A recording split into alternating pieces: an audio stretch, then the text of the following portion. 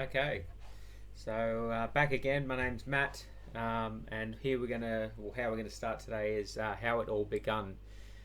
So originally we moved into a new estate and we were building, and we moved into area there was no one, and as we got to know our immediate next door neighbours, we started to get a bad vibe from them. We felt that they were a bit nosy, and they were wanting to know everything about us, which is not a bad thing, but we were just a bit standoffish towards it. It was too overwhelming for us. Um, they found out where we had a spare business, a secondary business. They found out where we had a secondary business and were visiting us at our secondary business. This is all before the houses were built.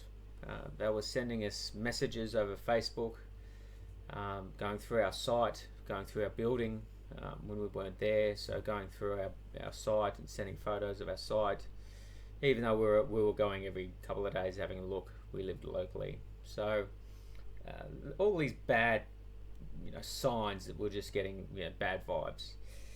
Anyway, at this stage, we just kind of backtracked. We kind of took a back seat and just said, "Look, this is enough. Um, we really don't want to have much to do with you."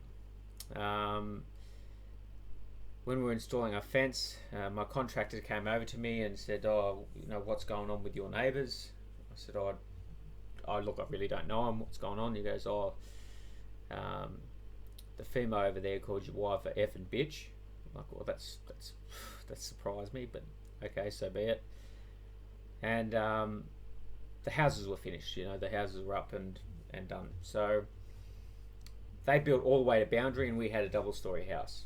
And their laundry door, which was built to boundary, was this glass door, which again was bizarre because it didn't look out to anything; it just looked out into our property. And the male would just stand there on his laptop all day doing something.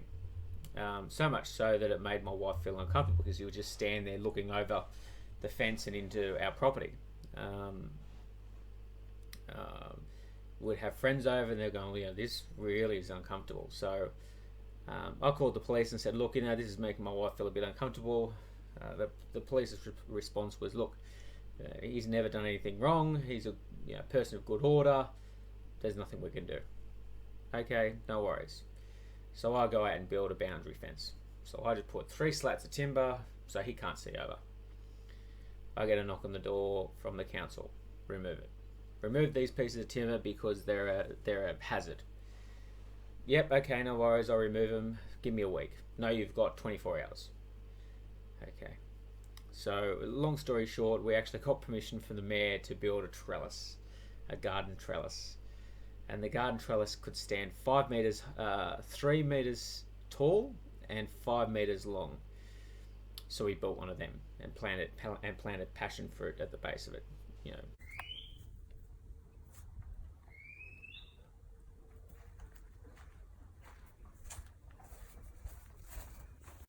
and it looked good. It was built correctly. It was built out of nice timber, and then a chin-up bar went up just down further, and they're built to boundary, mind you. So there's no way you can do a chin-up in that area. There's no room. And so again, watching them put up the chin-up bar, they're just standing on their ladders, looking over the fence, just having a good old gander, and just trying to work out who we are and what we do. And it's like, come on, guys, we're really not that interesting. So another garden trellis went up, and we put some really nice flowering plants, and it looked good. I don't know how it looked from their point of view, but you know, I know in the 3 years he lived there, he didn't do one chin up because there was wasp nests all over that place, mud wasps. So there was no reason. So we went through the right channels prior to this. We put a complaint to the council saying, look, we don't believe that there's enough room to do chin ups. Denied. He has a medical reason. He needs a chin up bar. It's got to be there. Can't be at the back of the house where there's plenty of room to do chin up bars. It has to be there. Right. So then we started to notice, because we've got this massive wall of timber, that where there's not timber, he just starts standing and looking into our property. So at this time, I crack the shits and I make the whole length of our boundary fence a gun trellis.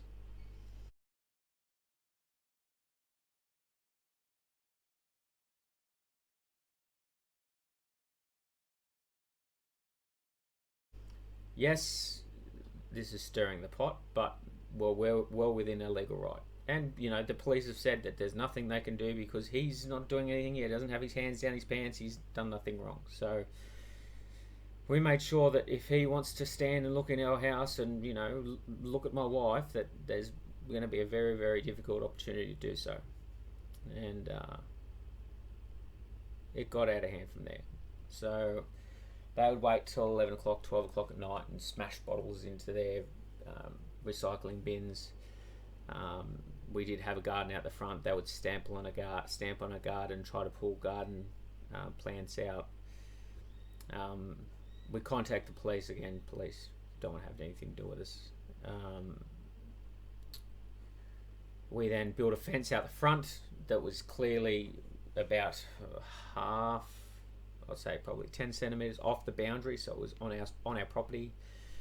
There was graffiti on that property on their side. We didn't put any property on there, and they start fixing stuff to that property. I sent an SMS saying, "Look, that's not on your property. We don't know anything about the graffiti. Can you pull it off? It's obstructing my building. Pull it off, paint over it. I don't give a shit. Just don't attach shit to my fence." Ignores me, so I go and pull it off. And then because I pulled it off, I'm the worst person in the world. So everyone in the street thinks I'm a psychopath and I'm an instigator and I'm the devil. And mind you, I'm working full time in the army at this point in stage, so I don't have any time, let alone these microseconds of my day, to deal with his fucking bullshit. And I'm going to cut photos in to show you the extent we had to go to stop this guy looking in, and he made it his mission to look in. So once we denied him looking in, he would then walk past our house and take photos and take videos. He got the neighbours offside, and some of the neighbours would walk past and spit on our fence and call us all different types of names. Again, I can deal with that. Whatever you want to call me names, so call me names. But it made me living in my home, my first home, uncomfortable. Sorry, in between this, I've added a few things. I put some light in because there wasn't very good light to illuminate my face. So what I was just talking about is how the neighbours got me offside with the rest of the street, and how I didn't feel safe in my own property. So we built this fence, and one Saturday afternoon, coming home from work, I noticed a big Nazi symbol spray painted on my front fence. Wasn't a little one, and I'll insert a clip, but it gives you an idea of what we were living in. We were just trying to keep to ourselves. Come home from wherever we were, and there's a massive Nazi symbol painted on our front fence. Pretty sure it was done by over the night. But again, it gives you the idea of the neighbourhood we're in. So I'll insert that photo here.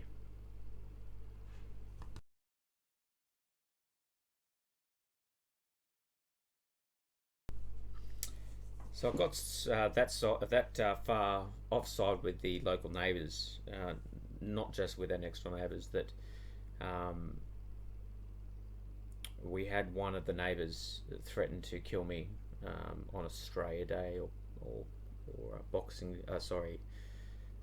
New Year's Day. He was doing burnouts out of the front of his parents' house and stopped past me and threatened to kill me. And yeah, I talk it seriously, but he's a junkie, so My wife said to me, look, we better call the police because, one, he knows where we live, and, the threat was quite serious. So we called the police, and the police rocked up, and they're like, there's nothing we can do. Which was a bit of a letdown. You think that a crime's been committed, and you call the police, and the police go, well, did he have anything in his hands to carry out the crime? I'm like, well, I didn't see anything. They're like, okay. He does a big line locky up the street. What about impounding his car? Or if he impounds his car, he just goes to the magistrate, and the magistrate just gives him his car back. Okay, what about public nuisance? No. We can't compound stuff on this person. He doesn't know any better. You as an educated person, again, they're making assumptions. I didn't finish year 12. I didn't finish high school. Me as an educated person, if I did something like that, I'd be thrown over the coals. So, I wasn't happy, to say the least. This guy knows where I live. He's doing burnouts in my street. He's threatening to kill me. And it only takes, him to flip out and do something. So, one morning, about 7:30 in the morning, I'm going to work. Same thing. He's got the shits. He's up and doing burnouts out the front of his mum's house, on her front grass, and he's doing burnouts. And he comes past me, and he threatens to kill me again, and threatens to rape my wife. And I'm not going to put this video up there because it shows who it is, and hopefully there will be legal proceedings towards this. I've had enough. This is more than enough. He's done this to me twice now. He's now threatened to rape my wife. He knows where I live. He comes to my house all the time doing burnouts at the front of my house. He just doesn't care. So we go to the local police station on a Saturday morning. It's closed. Okay, no worries. So I go to work, do my work day, come back, go to Ipswich police station, and after half an hour conversation with the sergeant, he's like, "Oh, it's the Commonwealth. If we press charges on him, there's nothing we can do. He's just that type of person. He'll just say he was affected by drugs. He's a bad boy, and that will be it." And as you can kind of guess, I'm livid by now. I've dealt with this, and I've dealt with this, and I've dealt with this, and again, you're taught to use the justice system to protect you, and again, I felt let down. But what can you do?